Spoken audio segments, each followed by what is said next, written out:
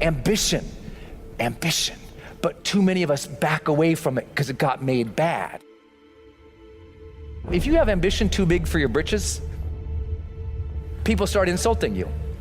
Who do you think you are? Oh, you think you can do that? You don't even have any skill at that. You think you can do that? You don't have the environment, you don't have the money, you don't have the bank account, you don't have the credit. And people start puking on you when you share your big dream with them. You're like, hey, look, no, listen, I'm trying to go up here. This is where I want to be, right here. I got this dream, it's huge. I got this ambition, this dream, this hunger for more. And immediately people seek to see whether or not you are qualified. And they judge you based on your past of qualification versus your present of how you show up. For all people to recognize that you're not who you were a year ago. You're not who you were 5 years ago. You're not who you were last week. You're who you are now, and this is the only you have control over. Most of you are not doing what you want to do with your life because you're worried about somebody else's opinion. The number one addiction in the world today is the addiction to other people's approval, and that's because we don't approve of ourselves. The only way you ultimately make things better for you is, man, you start believing in you, and you don't let all the negatives drag you down, and you don't let all the noise distract you. You've got ambitions important to you and your family and the people you're serving, and it doesn't matter what I say or the person to your left or right says. If you own that ambition, you pursue it, and you pursue it with full heart. And when you pursue it with more heart, that ambition, that keeps sparking over and over and over. You don't have to rev yourself up because it is you.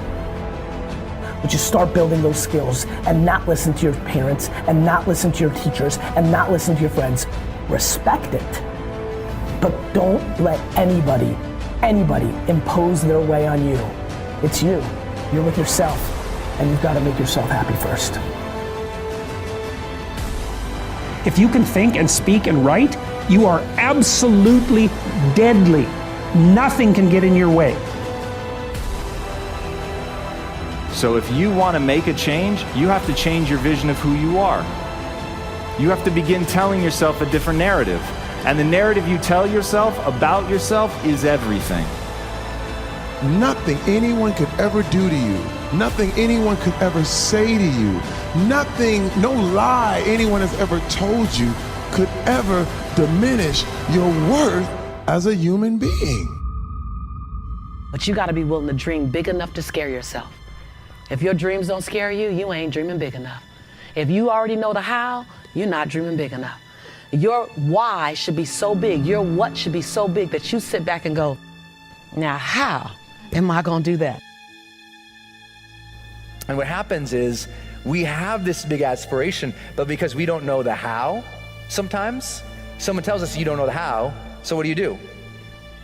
If you don't know the how, you minimize it. My question for you is, who controls your thoughts? Who controls your thinkings? Who do you give the keys to your brain to? If you worry about what people think of you, it's because you have more confidence in their opinion than you have of your own. What I'm trying to tell you is to be an individual. Think for yourself at all times, because remember, that's the way to get out of a cult. When I see a person that quits quickly, they have low self-confidence, low self-esteem. If you know who you are, then by nature, you'll probably bet on your strengths. If you bet on your strengths, you'll win. Whenever you look at somebody that's been successful, do not allow yourself to make them extraordinary at your expense. You're capable of whatever it is that they're capable of. But it comes down to the mental constructs that you're going to have to build and leverage in your own mind in order to do something great. You can create yourself. In fact, no one else is going to create you. It's your job to make yourself do the crap you don't want to do so you can be everything that you're supposed to be. And when people tell you you can't, You don't look at them. You don't need to look at them. You look in the mirror and you ask yourself, do you give it your all? You ask yourself, do you have the guts to go after it when no one is watching, no one's patting you on the back, and no one is liking your stuff on freaking social media? If you got the guts to go after it, you can put yourself in the best position to win.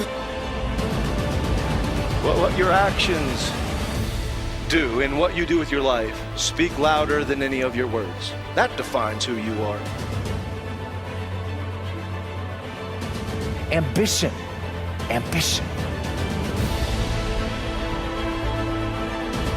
Do not allow yourself to be marginalized and defined by other people's agendas and intentions, because the power of your story lies in your personal intention.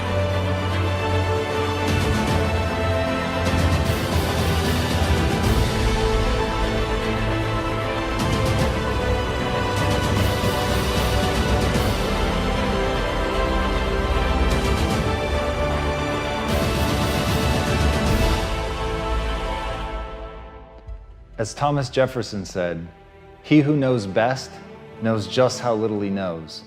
And this has been one of the most surreal things about my experience as an entrepreneur, is that the better I get at it, the more that I do, the more I feel lost, the more I feel like there's too much for me to possibly know and understand. And in that is my power. That's literally the source of my power, because I understand that my journey is one of learning. I understand that, as Naval Ravikant said, the genuine love for reading itself, when cultivated, is a superpower.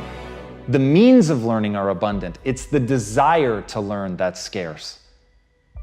But if you have that desire, if you cultivate that desire to learn, if you accept that you're in this big world that is far too big for you to understand every piece of it, but in recognizing that you don't understand it all and putting yourself on this quest to learn obsessively, to get better, to fall in love with the actual process of gaining knowledge, if you stay hungry for that at all times and you don't calcify your thoughts into dogma, but rather stay fresh, stay naive, stay hungry and foolish to really learn and grow, then you actually obtain power. And this is the part I want people to understand. Look past the words and hear what I'm really saying.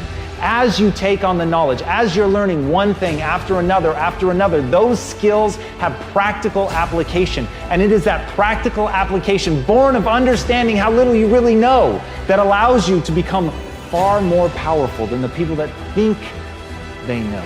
Because when they think they know, they stop growing. When they think they know, they calcify. When they think they know, their thoughts get brittle like bone and break. But when you think you know nothing, when you think you have to learn everything, when you're really just trying to figure out if something works, if it gets you the result, then those skills become real. They become tested by what you're doing. They are boundless because you're always trying to find that next thing. You're never self-satisfied. You're never self-congratulatory. You're simply asking, where do I want to go? What skills do I need to acquire to get there? And knowing that each one of those that you get, brick by brick by brick, builds a real path to where you want to go. So fall in love with the idea that you know nothing. Fall in love with the idea that learning is a superpower. Fall in love with that hunger. Want to get better every day. Never be tricked by the desire to be self-satisfied. Never be tricked by the desire to be great today. Never fool yourself into thinking who you are today is who you can become. I don't care how far you've come. I don't care how many accomplishments are in your rearview mirror. If you fall prey to that, your past will always be bigger than your future. And there is one mandate that I make of myself and anyone else that wants to be around me. Your future must always be bigger than your past. And the only way for that to be true is to love how little you really know, and to love how much you can learn if you just keep going.